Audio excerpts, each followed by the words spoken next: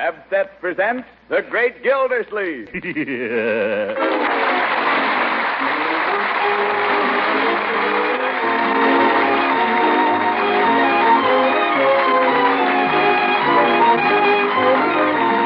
makers of Pabst present each week at this time Harold Perry as The Great Gildersleeve, written by John Wheaton.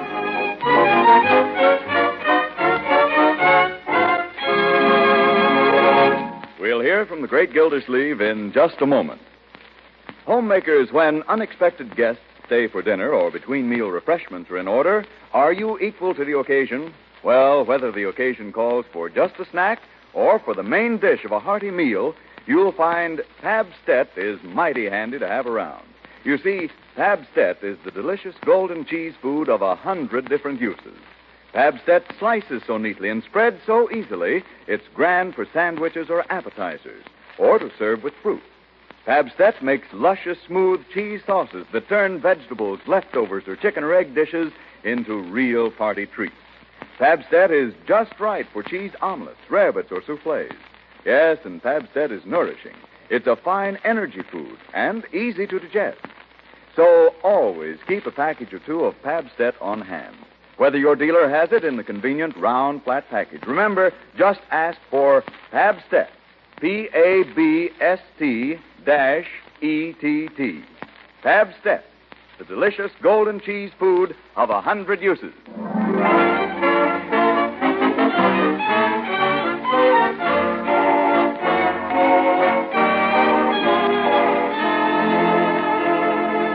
Now let's join our friend, the Great Gildersleeve, who's risen this morning with the conviction that all's right with the world.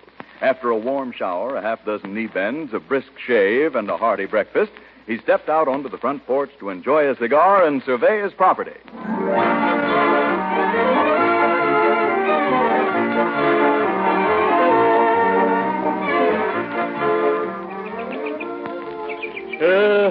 October. I tell you, Marjorie, there's no finer month in the year. Just breathe that air. It's wonderful. Feel that nip in it. Makes you want to get out and do things. Doesn't it, Leroy? Such as what? October. Harvest time, frost on the pumpkin, brown October ale, the smell of burning leaves. I love October. Look at that maple tree in Mrs. Ransom's yard there. Like a beautiful painting.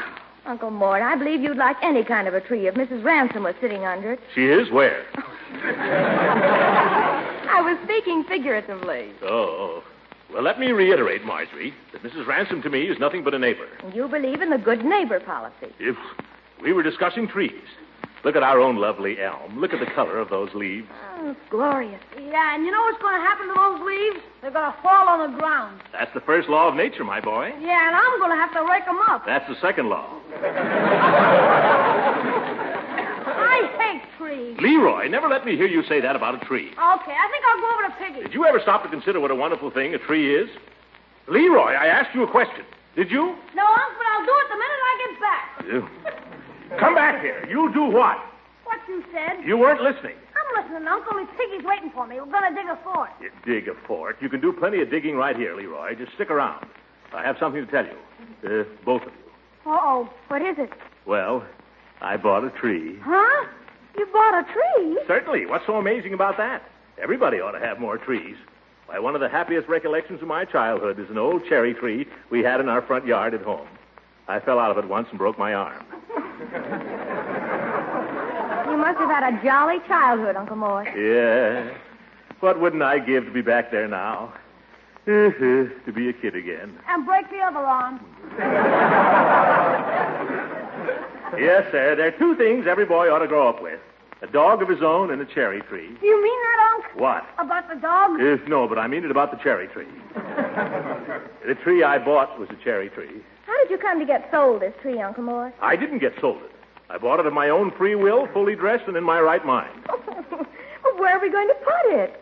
Where are we going to put another tree here? Well, you don't understand, my dear. This is a very fine tree. They call it a giant ponderosa. Holy smokes, how big is it? Well, the man says they grow 30 or 40 feet high, higher than the house. What man, Uncle Mort? The man that sold it to me. He showed me a picture of it. Oh, you haven't seen the tree? Why, of course not. I hope you didn't pay him for it. Well, Come on, Unc. How much did he stick you for? $22.50, and he didn't stick me. $22.50? Wow, you must have bought a redwood. Uncle Mort, did you ever stop to think how many cherries you could buy for $22.50? Oh, you're very helpful, both of you. But the tree will be arriving today or tomorrow. We got to decide where we're going to put it. Now, I thought maybe right out here in front. Uncle Mort, this is the only sunny spot left in the whole yard. That's good. Cherry trees need sun. It'll give us some nice shade out here. We can hang a hammock under it. Hey, that wouldn't be bad. Just lie here with your mouth open and let the cherries drop in. Boy. Well, of course, we might not have more than a few cherries the first year, but after that... Oh, Bertie. Yes, sir? How are you on cherry pies? Well, I haven't had any complaints so far. Then warm up your rolling pin. Leroy, do you like cherry pie? Are you kidding? Then get the shovel. Oh, I like coconut custard better. Get the shovel anyway.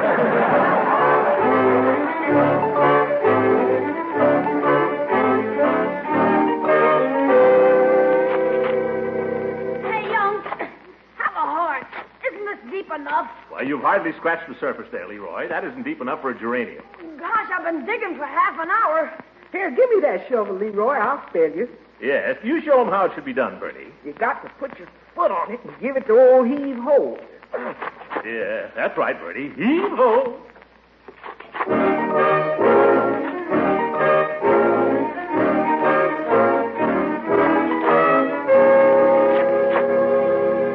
Heave-ho, Bertie. Heave-ho. You're doing fine.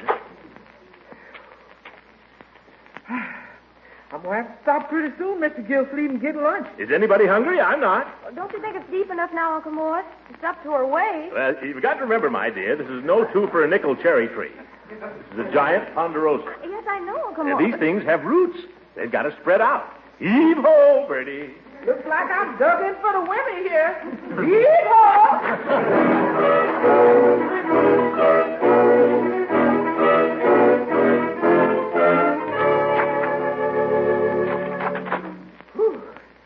Leroy, am I spelling you or you spelling me? Yes, Leroy. While you're resting, give Bertie a hand there. I don't want to suggest anything, Unc, but how are you with a shovel? I'm saving myself, Leroy. So I noticed. I'm saving myself for the hard work. We got a long way to go yet. These giant ponderosas, you know. Heave-ho, my boy. But it's up to my chin, Unc. Chin up, my boy. Heave-ho.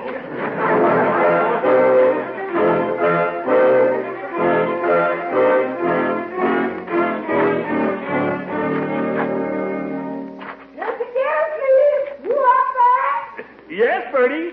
It's getting dark down here.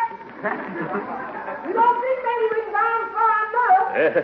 You're getting there, Bertie. You're getting there. We struck a pipe or something down here, Unc. Uncle Mort. Wait a minute, Leroy. What is it, Marjorie? Freight office called. The tree's there, and they're sending it out. Oh, fine. Well, we'll have to get busy here and have everything ready. Come on up, Bertie. Yes, sir, if I can get up. Look out, you're starting a landslide. Leroy, give her a boost there. Grab hold of the shovel, Bertie, and I'll pull. Heave-ho! Great day in the morning. I sure am glad to be out that hole in the ground. Now give me a hand, Unc. Okay, 1, 2, 3. Oh, Yeah. There you are. Thanks, Unc. Now, Leroy, while you're resting, I want you to take that shovel. Well, here comes Mrs. Ransom. Mrs. Ransom? Oh, give me the shovel.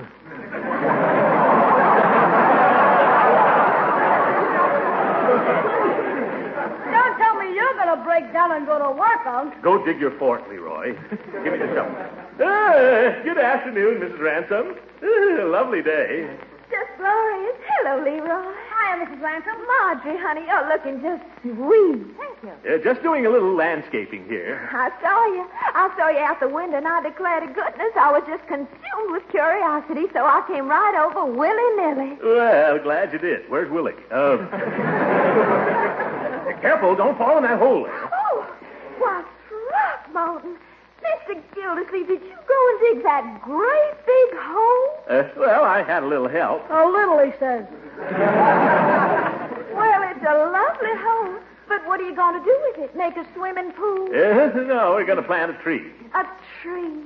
Oh, Throckmorton, then you did remember. Sure. Remember what? Oh, what we talked about under the maple tree the other night. Oh, that.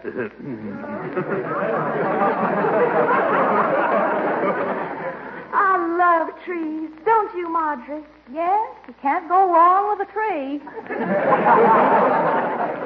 You know, Throckmorton, the boys back home used to have the prettiest custom.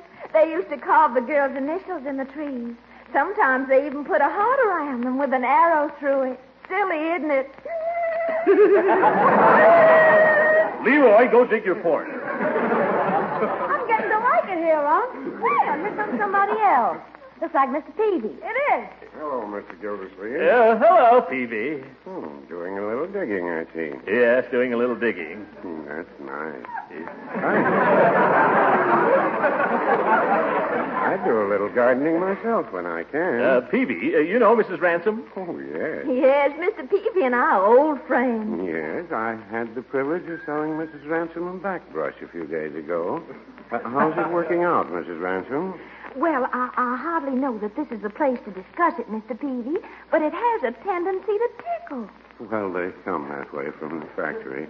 You have to work them in.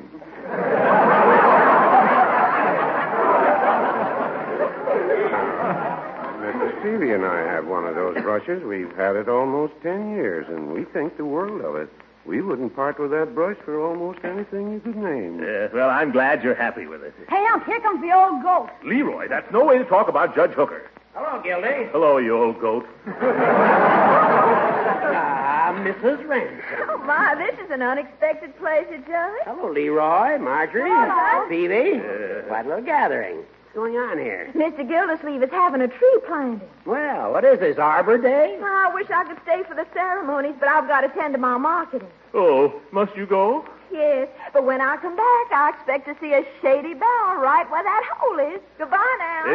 Goodbye, Mrs. Ransom. Goodbye, Mrs. Ransom. Goodbye. Goodbye, Mrs. Ransom.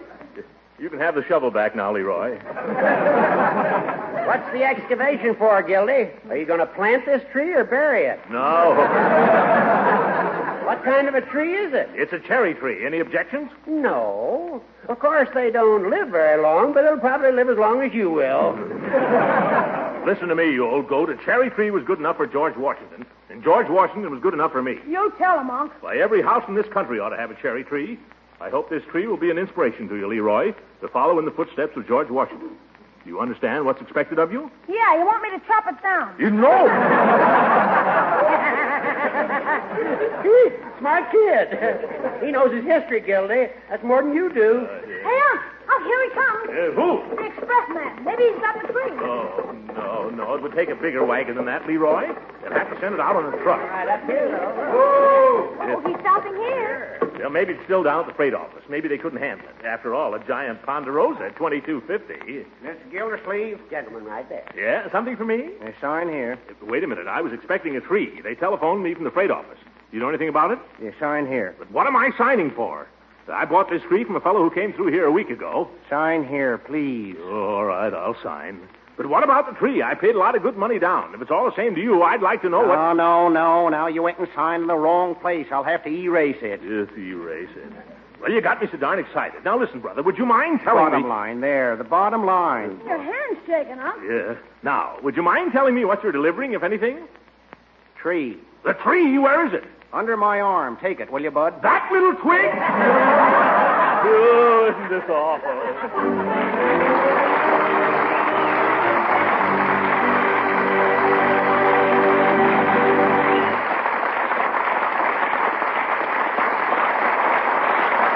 The great Gildersleeve will be with us again in a few seconds. But first, you homemakers have a big job to do these wartime days. Yes, your job is to see that your families get the foods that help make them strong. So you'll want to know about a food that adds extra nourishment to meals in any number of easy, appetizing ways. That food is Pabst, the delicious golden cheese food of 100 different uses. Yes, Pabst offers many quick, delightful ways to add variety and extra nutriments to your menus. One way is with the smooth, rich cheese sauces that Pabst makes. Just melt Pabst in a double boiler. Stir in a little milk and season. And you have a grand golden cheese sauce for vegetables, leftovers, all kinds of nourishing food. Pabst cheese sauce is mighty tasty, mighty nutritious, too, because Pabst is a nourishing, digestible energy food, rich in milk protein, and it helps provide vitamin A and the important milk minerals calcium and phosphorus. So serve Pabst often. Remember, it's Pabst, the delicious golden cheese food of 100 uses.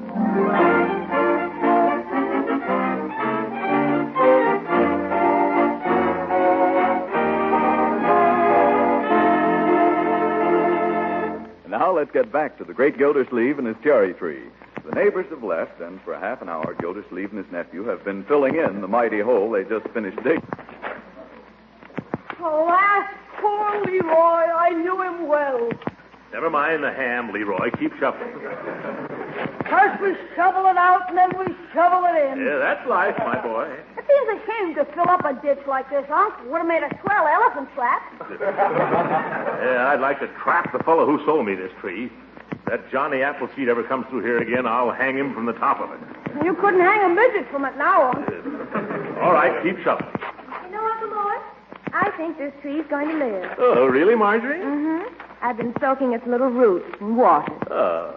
Look, there's some green there. By George, you're right. Look at that green. Water, that's all it needs. Let's get it in the ground quick, huh? Leroy, scoop out a little bed for it. Okay. A young tree will stand transplanting better than the big one, you know. Yeah, that's right, my dear. Stick it in the hole, Marjorie, and Leroy, you fill around it. Hold it straight, Marge. There. You know, all that digging we did will probably help us. Plenty of cultivation, that's what these trees need, and plenty of water. And now pat the earth around the little roots, Leroy. That's right. Don't pat it too hard. These giant ponderosas are very delicate. You gotta cultivate them and water them. You gotta tend them like a little baby. Nice little tree. Maybe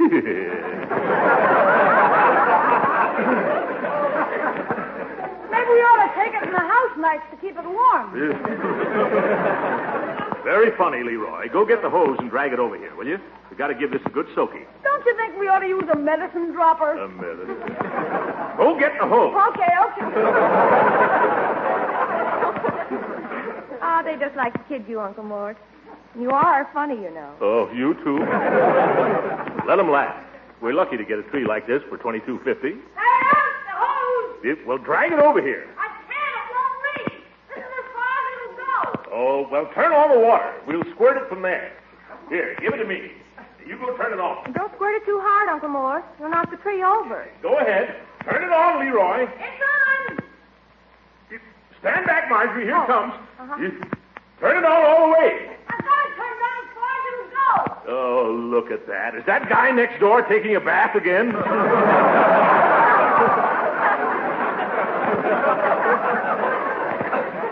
never reach the tree with that. What's the matter? Nothing comes out. Look at that dribble. Oh, you can make it go farther than that. Stick your thumb over the end of it, Unc. Well, I'll try it. Oh! Leroy, you knew it would do that. You didn't have to squirt yourself in the face with it, Unc. I'll wipe you off, Uncle Mort. Yes, never mind. By George, that's the last straw. That's Summerfield for you. You try to plant a tree, you try to beautify the place for a little, and then what happens? No water. Bertie's been complaining about the pressure all summer. Well, she should. The water situation in this town is a disgrace. It's a fire hazard. It's a menace to the public health. And it leaves a ring in the bathtub, too. I'm going to go out and do something about it.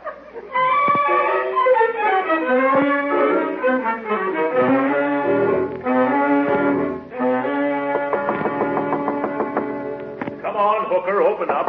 I know you're in there. All right, Gildersleeve, what do you want? I'm very busy. Judge, have you used any water lately? I never touch the stuff. You come all the way down here to ask me riddles? I mean it. I'm serious. We can't get any water at my house. We can't get any pressure. It's a disgrace. Well, don't complain to me. Complain to Clanahan. He's the water commissioner. What's the use of complaining to Clanahan? He just sits down there at the Waterworks on his fat salary playing pinochle while the town goes dry.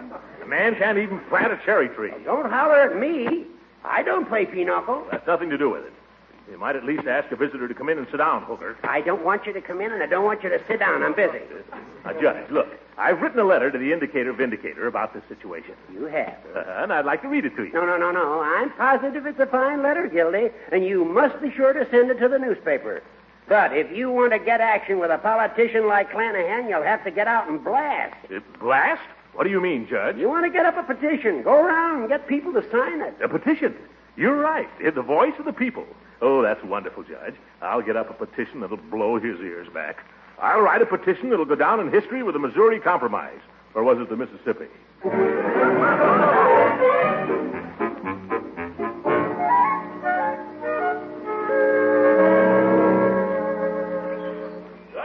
Good morning, Floyd. Morning, Mr. Gildersleeve. You're next. Be with you in about 2 minutes. Thanks, Floyd. I won't require your professional administrations this morning. I shaved myself.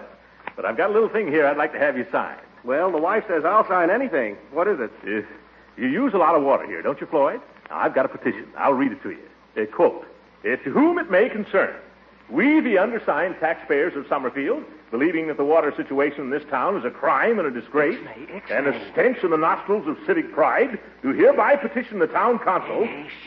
What's hissing? Are you shushing me? The guy in the chair under the towel. Corey, are you working on me, Ranger? Yes, sir. Be right with you. Well, get this towel off me, face. Yes, sir. Oh, hello, Clanahan. Hello, Gildersleeve. I read your letter in the indicator last night. Did you? I used your water to shave with this morning. I'm just getting up a little testimonial about it here. I'm sorry, Mr. Gildersleeve, but I couldn't possibly sign a thing like that. Mr. Clanahan here is one of my best customers. I'm sorry. Come back later. Well, if that's the way you feel about it. Goodbye, Floyd. I'll be seeing you, Mr. Clanahan, if you're around.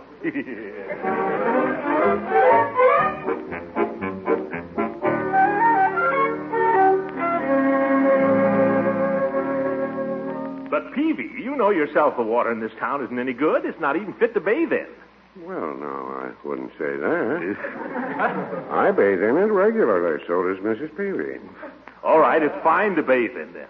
Well, no, I wouldn't say that either. It's a little slow coming out of the tap, and it's kind of brown, and it has a peculiar taste. Well, in other words, it's pretty bad water. Well, no, I wouldn't say that. Look, Peavy, I'm not asking you to sign the Magna Carta. It's just a little piece of paper asking for water. I understand. Peavy, out in my yard, I've got a little cherry tree. A little tiny cherry tree, pushing its tender shoots up through the parched earth, crying for water. Are you going to deny that little treelet life? Well... Sign here.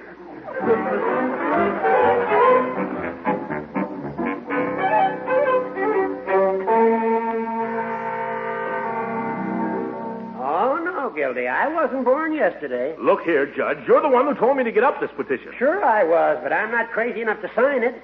Why, I'd as soon sign my own death warrant. I'll be bringing that around yet, you old goat. A fine, upstanding judge. Well, you know how this town is run, Gildy. It's just too bad. I'd like to see somebody throw Clanahan out. Somebody else, not me. That's your final word, is it, Hooker? I'm sorry, Gildy, but that's it. Very interesting. This is going to be very interesting. To whom? To a certain lady who shall be nameless, Mrs. Ransom. All right. If you're going to play dirty, give me the paper. I thought you'd see the light, Judge. You're worse than Clanahan. I'm doing this against my better judgment, you understand? You never want to trust that anyway. Thanks, Judge.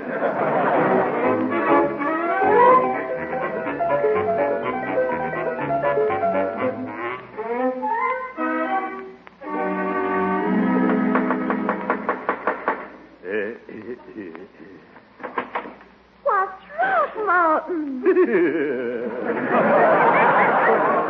Come in, won't you? Come right in. Now, don't tell me you've gone and brought me something again. Well, not exactly.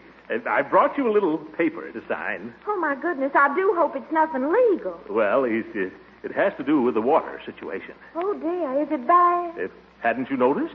It's terrible. There's no hydraulic pressure. Oh, there you go. I just don't know what you're talking about when you talk about things like that. I'm not a bit mechanical, you know. Oh, well, you don't have to understand it, really. All you have to do is sign it. It's a petition. Petition? Is that anything like a subpoena? Well, not really, no. Because I never did know what a subpoena was. My husband, Beauregard, was a lawyer, you know, and I never did understand him from the day I married him. Oh, but then he never understood me. Oh. But we understand each other, don't we, Throckmorton? Oh, brother.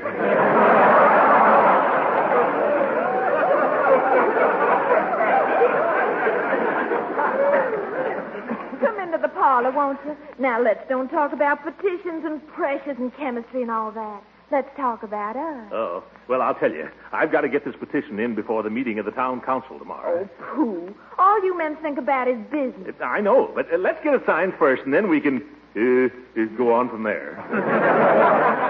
Well, I'd love to sign at Throckmorton, really, I would. But Beauregard told me I must never sign anything without getting the advice of a lawyer first. Oh. Don't you reckon maybe I ought to consult Judge Hooker? Hooker? No. Frankly, I don't think the judge would understand about this. You don't? No. You see, this petition, well, it all started with that tree I planted. Our tree, Leela. Our little tree. Oh, Throckmorton, you're sweet. I'll sign it. I'll do anything you say. Wait. Here's my pen. After all, you're my air raid warden. I guess that makes it legal, doesn't it?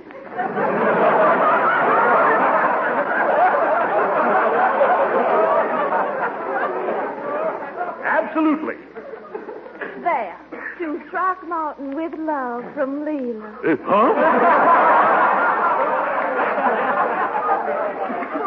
Aren't you pleased? Well, I mean, it's all right the way I autographed it. Oh, the town council will love it.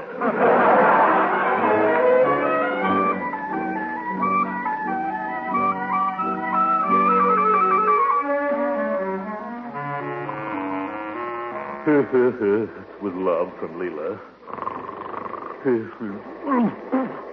What's that noise? What time is it? It's only 6 o'clock. What's going on out there? Hey, Unc, wake up. Leroy, what's that racket outside? There's a gang of men digging in the front yard. In the front yard? Who told him to do that? 6 o'clock in the morning. I'll find out about this. Hey! Hey, out there! Oh, it's you, Clanahan. What do you think you're doing? You complained about the water, didn't you? Certainly I did, and I'm going to complain about it again. You said you wanted action, didn't you? Certainly I did. Well, you're getting it. Wait a minute. Where's that tree that was there? What tree?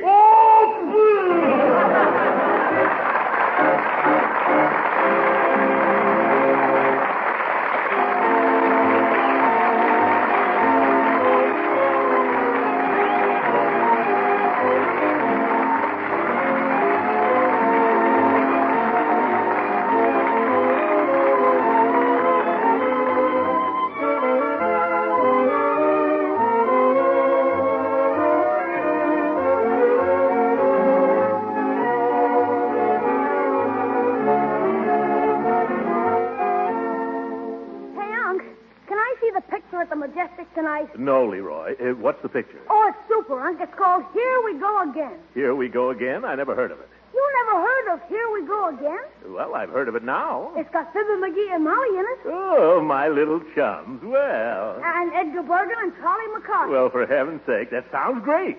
Here's $1. Take your friend. Wait a minute. There's a guy in it called the Great Gildersleeve. Never heard. Oh, that's me. What am I saying? Wait a minute, Leroy. I'll get my hat and go with you. Good night, everybody. Here we go again. Original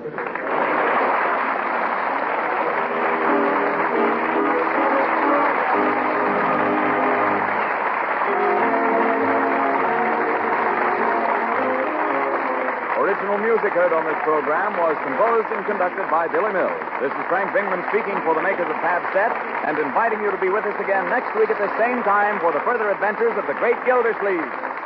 A word for all you thrifty women who are trying to keep the food budget on an even keel. The product called Kraft Dinner is just your dish. For Kraft Dinner gives you the economical way, the quick way to make delicious macaroni and cheese. Fluffy, tender macaroni, drenched with cheese goodness. With Kraft Dinner, you make it in just 7 minutes cooking time. You see, every Kraft Dinner package contains a special fast-cooking macaroni and an envelope of Kraft grated so you can sprinkle in the cheese flavor in a hurry. And say the family will go for this thrifty, speedy macaroni and cheese. They'll tell you it's as good as any you ever baked in the oven the old-fashioned way.